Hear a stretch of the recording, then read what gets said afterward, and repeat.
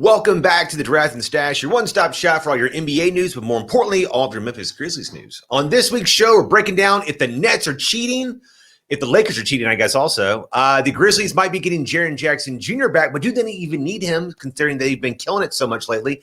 And are the Denver Nuggets the new title favorites? But before we can get into anything, got to hit that intro. Morant with a running start. Oh my God! Oh my goodness!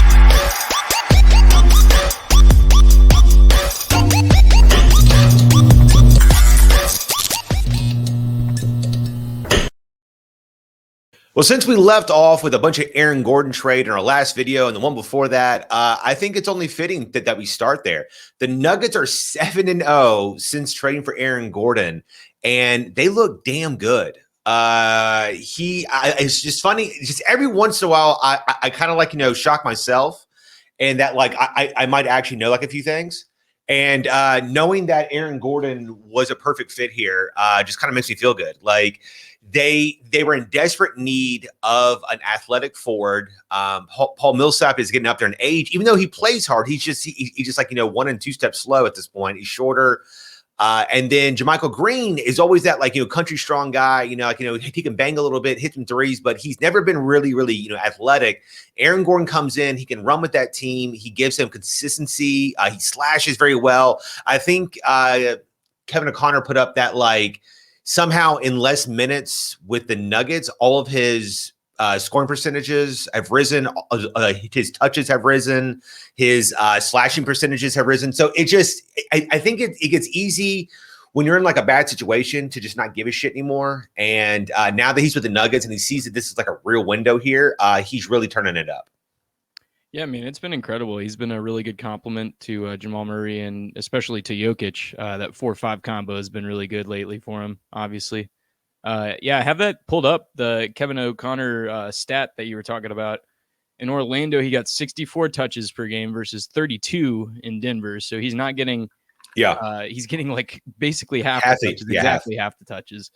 And the dribbles per touch are fewer, so he's taking less time to score, and he's also getting a full 1.2 points per chance rather than less than a point per chance when he was playing with the Magic. So he's just been way more effective with the Nuggets. And it's basically like what you were saying, man. It just gives him a chance to really come in and fill that role and slash, be athletic off the ball, make strong, plays on the fast break. So he's been a really good fit there. I tell you, and I mean, a few people thought that he was a step down from Jeremy Grant, but I think he's a step up. I don't think it's quite white and black here or whatever, but I would if it was me in a vacuum, I think that Aaron Gordon is a marginally better player. I feel like if you put him on the Pistons, he would also be averaging 23 points and 10 rebounds and doing everything, whatever, but also losing. Which is funny because if folks point out that Grant's averaging these numbers, but their team has 13 wins or something or whatever. So I mean, I think Aaron Gordon to me gives them maybe the best 5 starters in the league. The only other team that I would put up against them now is probably the Nets being better at full strength. You can argue that the Lakers or the Bucks, top heavy wise, but if you go with the Bucks, we talked about this, that I would say that it's Giannis and then Jokic, and then probably Jamal Murray, and then Middleton, Drew, and then Nugget, and then Bucks players. So to me, it's I think that their 5 is better than the Bucks 3. It's better than the Philly 3. It's better probably than the Lakers 2. But LeBron James is amazing and Anthony Davis is amazing. So I would still probably take them in a series, but I think the Nuggets have a real shot here. Yeah, they're looking good, man. I like their chances in the playoffs with this addition. And I think you're right. I think that does make them one of the stronger starting lineups in the league, if not the strongest starting lineup in the league. It's just a really good case of addition by subtraction for him there. So and not only that, the playoffs in the West are kind of going to be really, really tricky going down here because with the Lakers' injuries, they're kind of slipping behind. They're currently in the 5 seed with the Nuggets at the 4, and the Clippers are at the 3. My hope is the Nuggets pass the Clippers to get the 3, and the Clips fall to 4, and we get like this LA big match early. That way that the Nuggets can avoid the Lakers in the first round or whatever. I would rather see that like a little bit like later here and everything. But Jazz, I don't think the Suns are gonna like really put like any fear in anybody. I think they're the most vulnerable top 4 seed. But it is what it is.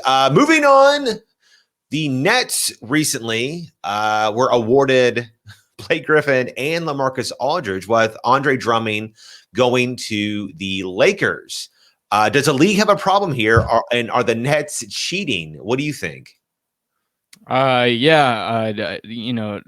the sanctions down on them, man. They're cheating here, hardcore. It's this large market advantage. That's the wrong term there. Big city, big dollars, big lights. The players are always going to be attracted to those markets, and they always have been. But I thought it was interesting that there was reports of a small market front office guy, complaining about this, saying it's basically akin to cheating, that they shouldn't be able to load up on guys like this late in the season without giving something up in return. And I think that's a very valid argument, man.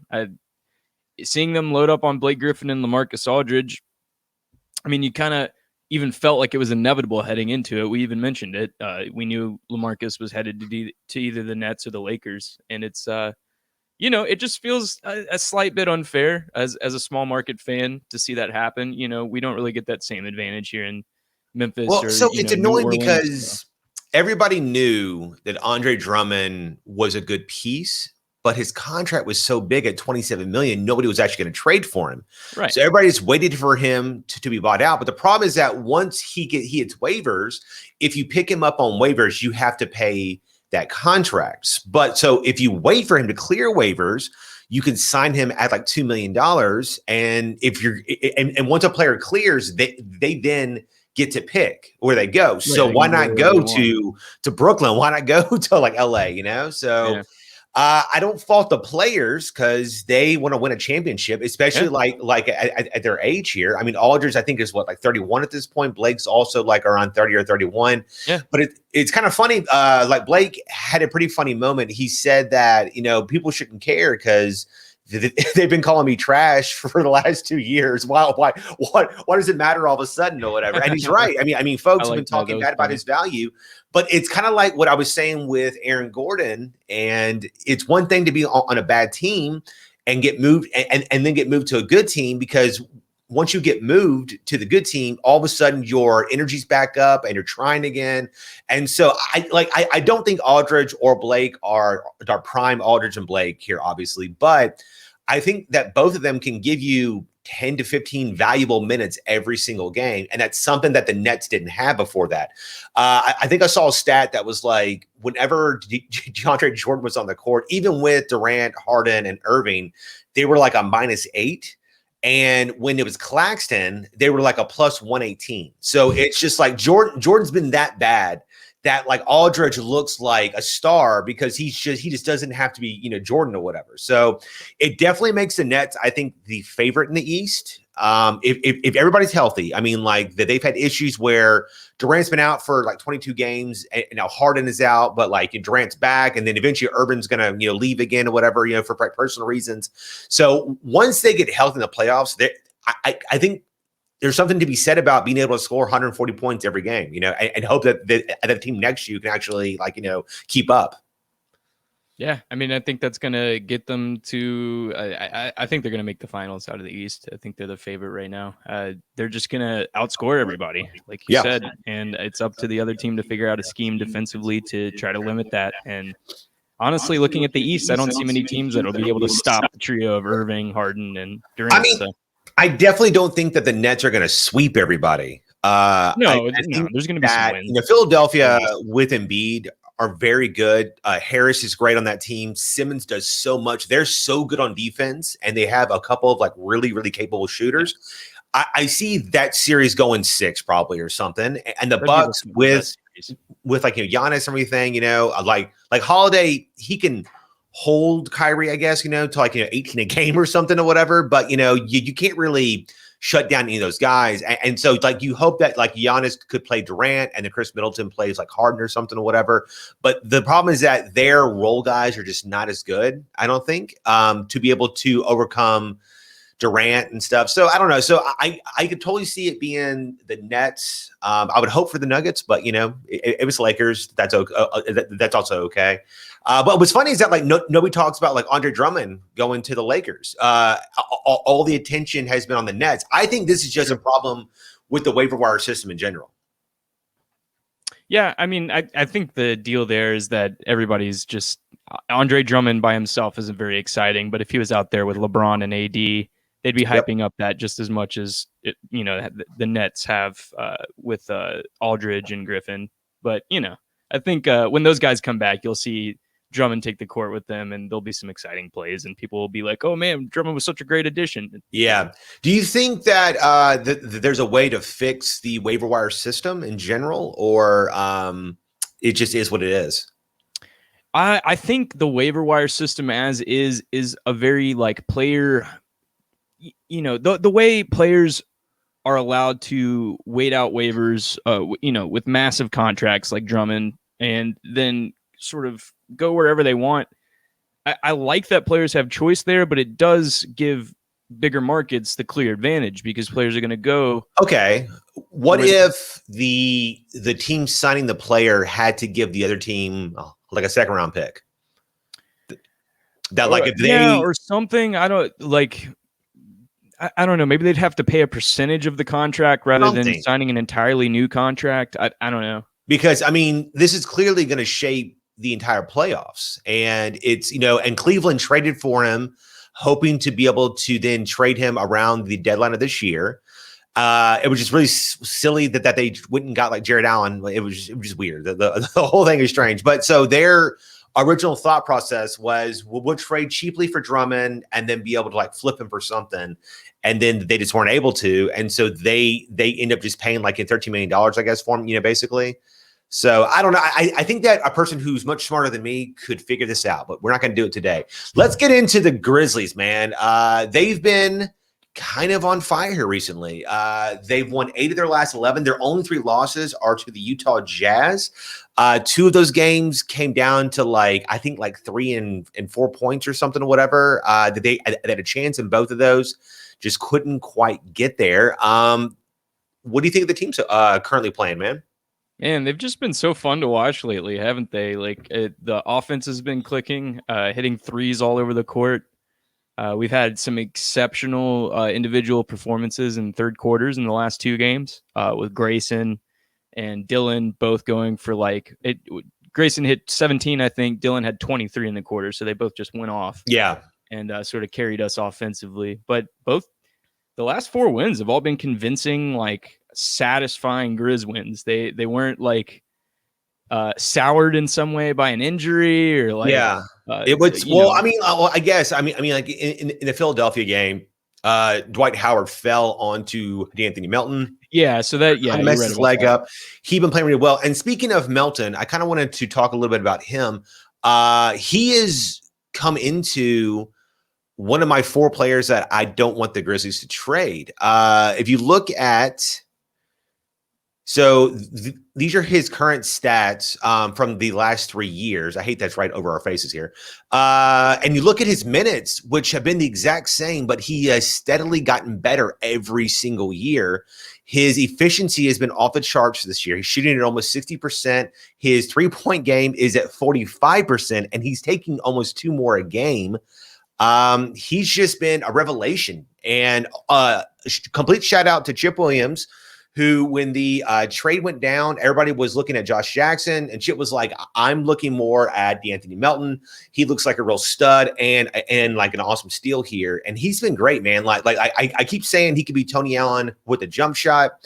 He's 6'4", crazy athletic. He's awesome on defense. His wingspan is great. He doesn't get himself into trouble with fouls or anything. He rebounds well. He's just a steal at $9 million, and kind of the reason why I don't want Justice Winslow back. Yeah, man. He's been exceptional in the stretch that we've been on lately. He's just been hitting threes like crazy, confidently, man. Pulling up just right off passes or off the dribble.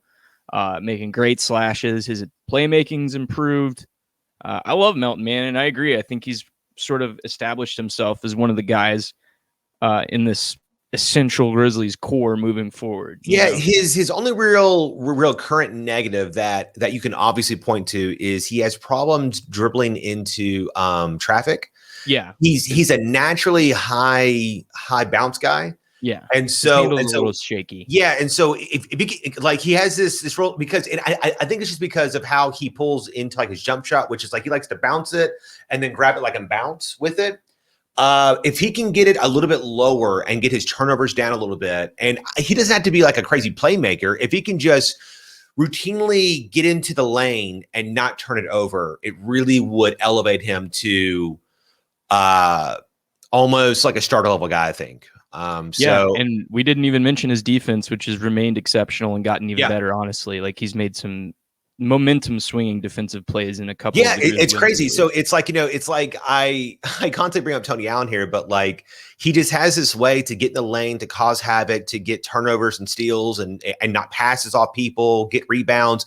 But he doesn't give you the other Tony Allen experience of fast break, layup misses and stuff, and him coming in the lane. That, don't you miss that? Like his awful, like shot in the corner. It was like comic relief in the So Melton is able to kind of like reel it in, and he can score, man. And like it's gotten to the point where now, if he shoots in certain areas, I'm just like, that's kind of his shot. It's kind of like I've gotten to the point with like Dylan Brooks, where I know if he swings to that top right corner in the paint, I'm like, he's gonna pull that up because I've seen that move 400 times, and more often than not, he's going to hit that or whatever. So thank God he's gotten better at making the shot. It's also a little bit like Rudy Gay when he would go like baseline pull up or whatever. He just loved that little area, form and stuff, whatever. But people have been crapping on John Morant. Stop it. I know because like he scored 8 points when he had 10 assists. So I have a challenge here for you. Player A or player B, I would like you to tell me which player you think is better. This is player A.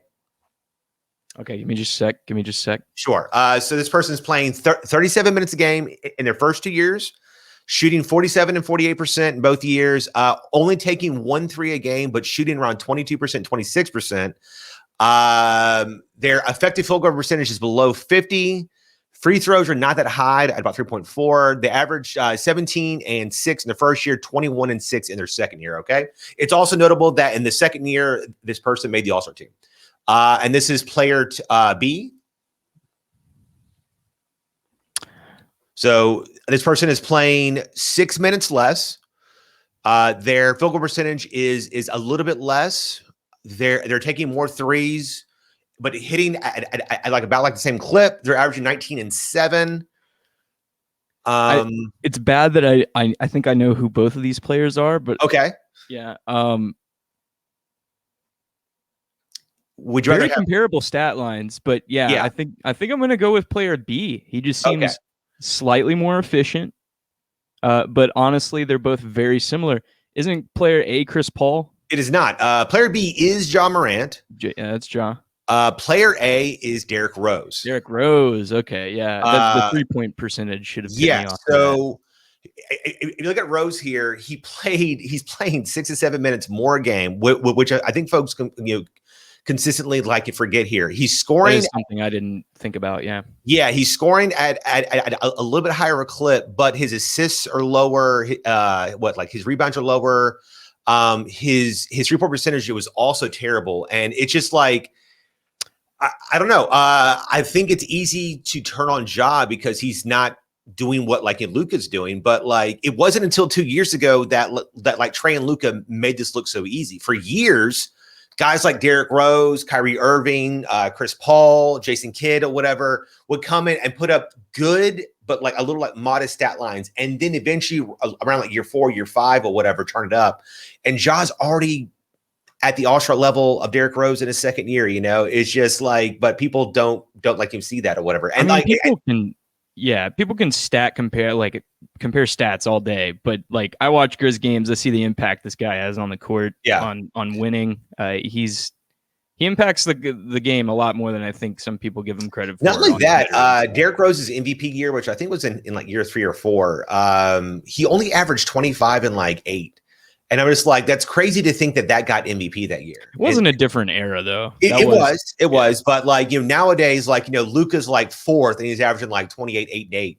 I mean, the amount of triple doubles have increased by like, I think I saw like 60% this season, very, or very something true. like that. So like, stats in general are just more plentiful with the pace and the shooting. Like it's just, it's stat city. It's kind of nice for NBA stat nerds because it's like eye candy, but but that's why I think Jaw's special, man, and it's more than just the stats. So Jaren Jackson Jr. is maybe coming back soon. Anthony's saying here today, this is on Friday before the Grizzlies play the Knicks. He said that his target day in his head was always Sunday. And based on things that he's heard, he thinks that might be a thing. My thought process was I felt that Wednesday would be his date. The Grizzlies are playing the Mavericks. It's on ESPN. That seems like the Jaren thing to do is to hold out until it's like a really big game and then fly in and play and everything. But tweets that he put out earlier this year, in this month, plus Ja Morant's tweets make you think that he's much sooner than like later here. Do you think it's injury return is soon, or do you think a little bit more time? Fingers crossed it's Sunday, man. I want him back ASAP. Based on everything that we've seen on, like you said, the sort of cryptic Twitter postings of the Grizz roster. It seems to point that he'll be back sooner than later. I think everybody was kind of grimacing when they heard our front office say, or Zach Kleiman announced that it would be towards the end of April or by the end of April. So everybody took that as the end of April, and that would have meant that he'd only really play 10 or so games. And what's the point at that point even bringing him back? I hate to say that, but I would still want him to come back, obviously. I know. I agree because even if it's not for the playoffs, you have to see what this team has. Yeah. And Jaren Jackson is such a big part of that. You really don't know until he's on the court also with them. Yeah. I apologize that there it goes. Okay. I was gonna say my camera got like a little weird there. I'm kind of in the camp that I don't want them to bring back Justice Winslow.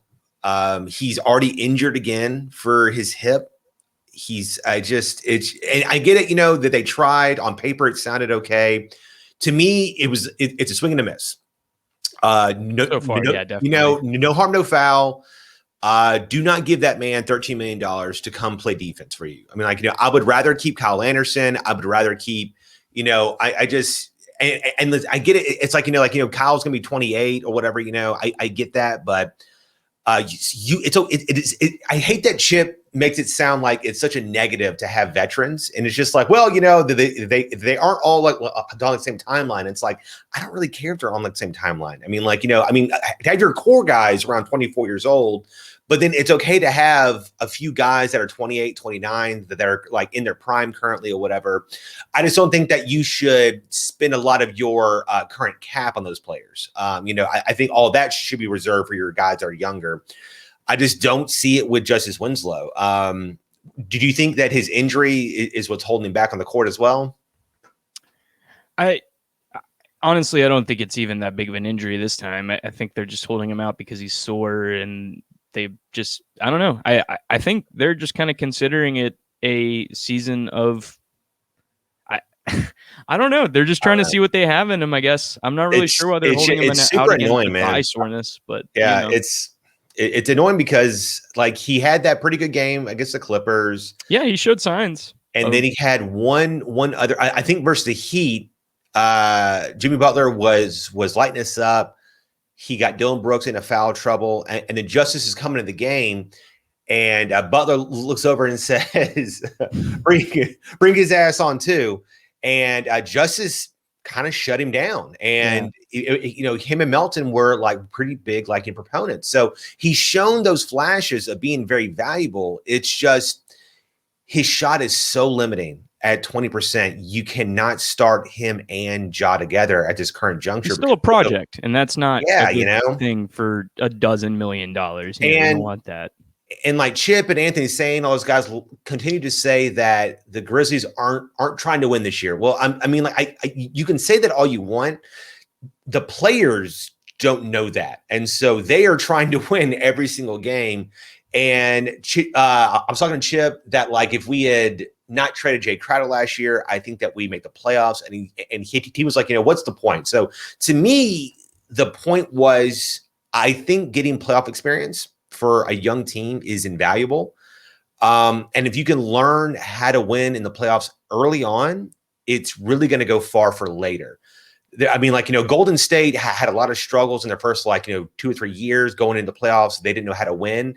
And I don't want to have us waste great all-star years because it's our first year in the playoffs. I would rather them kind of cut their teeth a little bit, understand the pace of the games and like how to practice and prepare and stuff, and how to prep.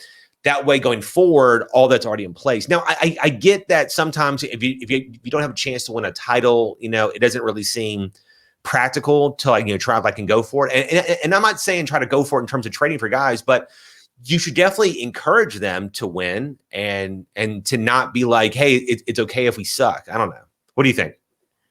I think I agree with what you're saying there, man. And I think the Grizzlies front office has done a really good job of kind of towing that line of keeping young players in place and building a culture slowly, allowing the players to build a culture and build chemistry over time while taking some risks like Justice.